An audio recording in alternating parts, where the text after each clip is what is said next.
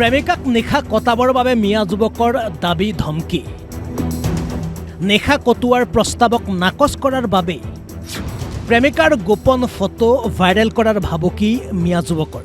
তুমি মোৰ লগত নাথাকিলে মই এই ফটোখিনি ভাইৰেল কৰি দিম তুমি মোৰ লগত ৰাতি থাকিব লাগিব ফিজিকেল কৰিব লাগিব নহলে এই ফটো ভিডিঅ'খিনি ভাইৰেল কৰি দিম প্ৰেমিকৰ ভাবুকিৰ ভয়ত সম্পৰ্ক বিচ্ছেদ কৰাৰ বাবে ৰদেৰে প্ৰেমিকাক উপৰ্যুপৰি আক্ৰমণ মিয়া যুৱকৰ ধৰাক ধৰি আছে এনকাউণ্টাৰ কৰাক কৰি আছে তথাপিও নুবুজে নুশুনে একাংশ মিয়া যুৱকে বাৰে বাৰে প্ৰমাণ কৰে যেন অপৰাধ প্ৰৱণতা সিহঁতৰ তেজতেই আছে প্ৰেম মানেই বিবাহ নহয় প্ৰেম এক মনৰ মিলন কিন্তু এই লম্পদক প্ৰেমৰ নামত লাগে দেহৰ মিলন প্ৰেমৰ নামত প্ৰেমিকা যেন এই লম্পদৰ বাবে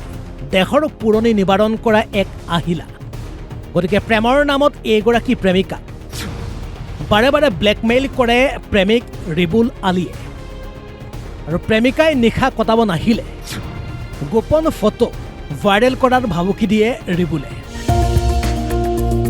অৱশেষত প্ৰেমিকৰ ভয়ত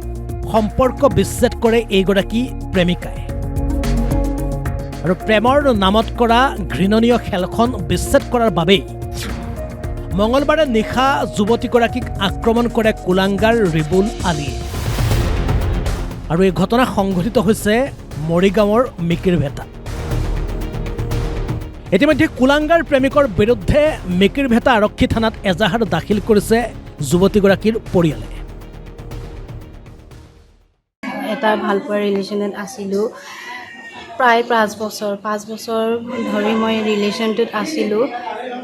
2 বছৰ ধৰি ব্ৰেকআপ হৈছে ল'ৰাৰ নাম হ'ল ৰিবুল আলী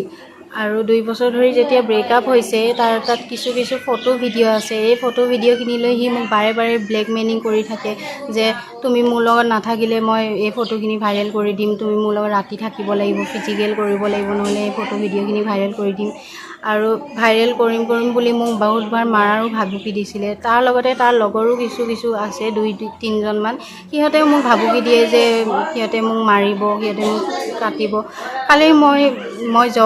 জবৰ কাৰণে মই নগাঁৱত থাকোঁ কালি মই নগাঁৱৰ পৰা আহিছোঁ মই ঘৰত প্ৰায় 4-5 মান বজাত আৰু ৰাতি প্ৰায় 10:30 বজাত মোৰ তাত এটা আননং নম্বৰত কল অহাত মোক কয় যে আৰু যোনটো নম্বৰত কল আহিছে সেই নাম্বাৰটো হ'ল তাৰ বায়েকৰ নাম হ'ল টুনি বেগম বায়েকে মোক কল কৰি মাতিছে যে তুমি অলপমান বাহিৰত ওলাই আহা তোমাৰ লগত মোৰ ইম্পৰ্টেণ্ট কথা আছে মই বাহিৰলৈ ওলাই যোৱাত সি লগতে এখন বাইক লৈ হাতত এডাল ৰড লৈ আহি মোক মাৰপিট কৰি মোৰ ফোনটো দলিয়াই ভাঙে মোক মাৰপিট কৰে মোক চুলিত ধৰি মোৰ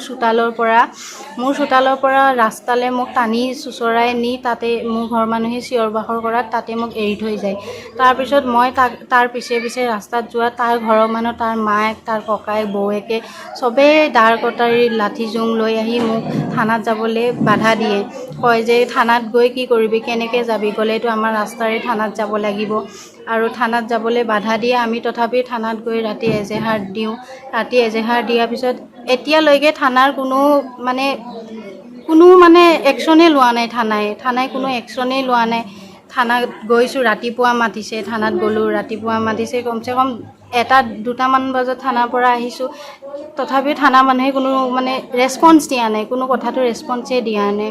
সি মোৰ তাত লাগিছে অসম আৰক্ষীয়ে এইটো সহযোগিতা কৰি আছে সিহঁতৰ লগত কাৰণ সিহঁতৰ পৰিয়ালৰ কিছু লোক পুলিচ হয় সেইকাৰণে অসম আৰক্ষীয়ে সিহঁতক সহায় কৰি আছে আৰু সিহঁতে হ'ল পইচা থকা মানুহ পইচা দিও আজিকালি মেইন হ'ল পইচা দিও চাগে কিবা কৰি থৈ দিছে থানাৰ মানুহক মৰিগাঁৱৰ পৰা দিগন্ত কুমাৰ ডেকা আৰু গুৱাহাটীৰ পৰা মনোজ দুৱৰাৰ ৰিপৰ্ট অসম লাইভ 24